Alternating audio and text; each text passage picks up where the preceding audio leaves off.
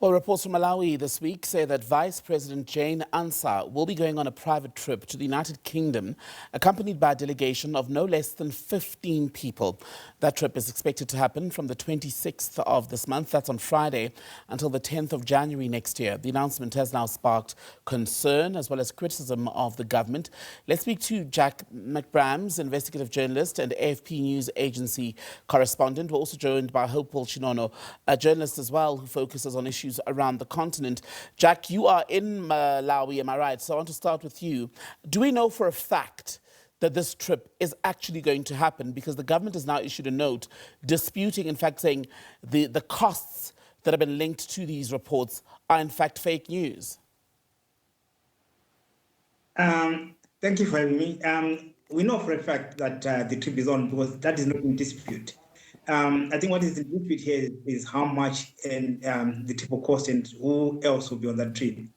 I think those are the issues that we have to work out. But the fact that this trip is on, that's factual, and the office of the Vice President have not disputed this fact. Help us answer those two questions, Jack. The first being the cost of the trip itself and who would be part of this delegation of 15 people. From the leaked communication that we've seen and the communication that has sparked outrage, the cost is about 2 billion Malawi kwacha, which is around $1,000, and the entourage includes about 14 people from the Vice President's office, which are I think around 2 assistants, 5 security personnel, and 2 accountants. One is the chief accountant, and then there are 2 personal assistants. So that brings the total number of the entourage to 15, around there. And ultimately, is the outrage, once again, before I bring Hopewell in, Jack, is the outrage at this point to do with the fact that this is a personal trip? I understand it's to do with the celebration of the VP's husband's birthday, am I right? Or is it to do with the cost specifically? And is it guaranteed that it will come from state coffers? I think mostly it's to do with the fact that public resources are being used for what is turned out to be a private visit, although the Vice President's office at this stage have disputed that this is a private visit. But that was the initial communication that they come out, that this is entirely a private visit, and that there's a celebration of the Vice President's husband's 80th birthday celebration in Nottingham in the United Kingdom. And Hopeful, let me bring you in then. If this trip does go ahead this coming Friday, at whatever price tag, with this large, what seems to be a large delegation, would the people of Malawi be right to be outraged? Outraged. This trip in US dollar terms is going to cost 1.2 million, according to the leaked documentation, 1.2 million US dollars. And I mean, one of the outrageous things is that there's an element of warm clothes that have been that are being demanded in the documentation that we have seen, and it costs about 66,000 US dollars for that warm clothes allowance.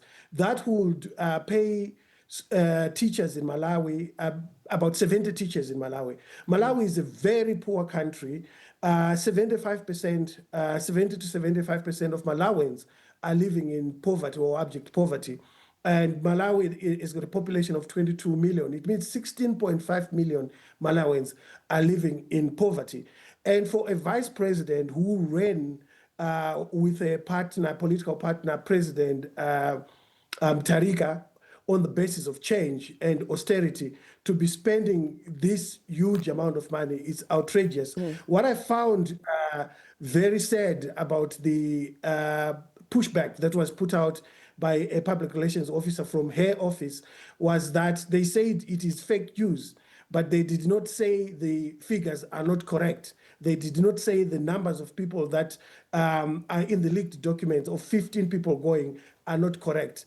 And the fact that she's going on the 26th and coming on the 10th for her husband's birthday party taking place in Nottingham on the 3rd of January is absolutely outrageous for a country like Malawi.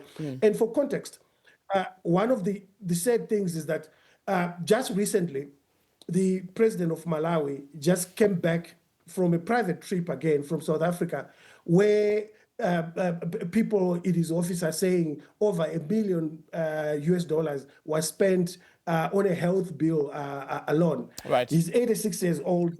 The vice president is 75. And it's a total mess for Malawi. And Hopewell, you mentioned the fact that this is a fairly new government. It's been in office in Malawi for barely a year, right? So when you consider how relatively new that this government is, did you expect that there would be such a blunder being made at the highest level so soon into the new administration? And ultimately, do you think that the criticism domestically of the spend on this travel to the UK, the outrage perhaps, if it reaches that volume, will be enough to convince the Vice President or even the President to intervene and reach a different conclusion, maybe even cancel altogether? Well, when President Mutharika and his Vice President were elected, I was very skeptical because they're not exactly new. President Mutharika has been president before. He was defeated by Pastor Lazarus Chakwera, who was equally terrible. And he came back for the second time, just like Donald Trump, where you lose an election, another term is served by someone else, and you come back. And the vice president, Dr. Jane Ansah, is not exactly clean. She was involved in what was called the Tipex Gate, where an election was rigged, numbers were being changed, used Tipex, and the Malawian courts had to reverse that victory for President Mutharika, resulting in another election being held where he lost to Lazarus Chakwera. I think it's enough for Malawians to be outraged. I have no idea whether they're going to go on the streets, whether they're going to demonstrate, but Malawi right now has no forex in its bank. Foreign exchange is scarce. They are struggling with fuel. A lot of people are having to forgo important journeys because there's no fuel in Malawi. So for a vice president who came in on a ticket for austerity to be doing this, it's very outrageous. And I think it's also important for the British government, which issued these visas, to reflect on itself, because the British taxpayer sends money to Malawi as aid. And for that money to then be used back in Britain for luxury on a private visit is outrageous. What will it mean then for the future, this trip, Hopewell? Lastly for you, I'll come back to you, Jack, and give you the final word. What do you think this will mean in terms of setting the tone for the way in which this Mutharika government and the people of Malawi continue in their relationship over a term, by the way, that started just in September? I think they've started off on a bad note. The Malawian finance minister right now is in the Middle East. He went to the United Arab Emirates in Abu Dhabi, and he's currently in Qatar with a begging bowl for humanitarian aid. And it doesn't augur well for these governments that have decided to assist Malawi with humanitarian aid to read and hear that the vice president of the very country which is begging for humanitarian aid is flying to Britain on a private junket for a birthday for a husband in Nottingham in Britain and blowing this amount of money. It's important for the Malawian government to come out for purposes of transparency and state what actually happened, how much money is going to be used on this trip, how many people are going on this trip, and why are they going with so many people on a private visit, which is essentially a birthday party for the vice president's the husband who is in Britain. And Jack, just lastly then, in terms of your sense from being in Malawi, how do you see the public and the opposition in the country responding to this particular issue? Right now, there's quite, rightly so, a lot of outrage because we are coming from an election where the president was voted out on the basis of a lack of accountability and the lack of will to fight corruption. And then this is happening just 3 months into this new administration. It gives a sense of disillusionment and disappointment by those that had hoped that the country would move in the right direction. So this call for accountability and transparency, I think, is justified, and there is need for the government to do the right thing. Thank you very much for your time. Jack McBrams, investigative journalist with the AFP News Agency as well. Hopewell Chin'ono, also a journalist based on the continent. Good to have your time, gentlemen.